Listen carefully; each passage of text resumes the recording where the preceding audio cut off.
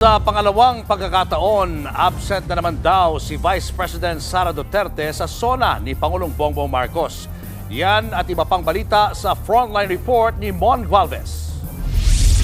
Walang Vice President Sara Duterte na sisipot sa July 28 State of the Nation Address o SONA ni Pangulong Bongbong Marcos. Pangalawang beses nang hindi dadalo ng bise. Kinumpirma yan ni House Secretary General Reginald Velasco.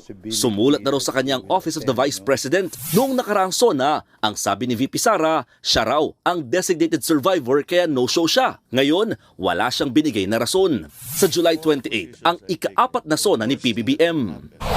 Tungkol naman sa pagkansela ng COMELEC sa registration ng Duterte Youth Party List, may buwelta si Chairperson Ronald Cardema.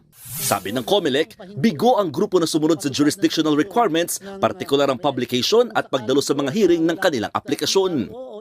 It is never the fault of Duterte Youth Party List because under the party list law, it is actually the COMELEC who is required to publish the name of Duterte Youth Party List. Lahat ng notice of hearing, lahat ng hearing, inatanda natin. Hindi pa naman final yan at iaapila pa ng Duterte Youth Party List.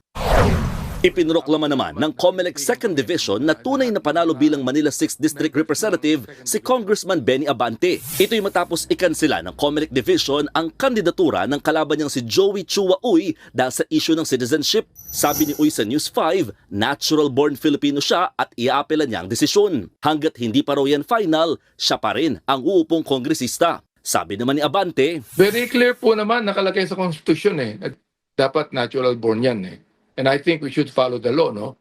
Nagbabalita mula sa Frontline, Mon Gualvez, News 5. Mga kapatid, Julius Babaw po. Iba na ang may alam at may pakialam sa panahon ngayon. Para sa Frontline ng mga balita, mag-follow at mag-subscribe sa social media pages ng News 5.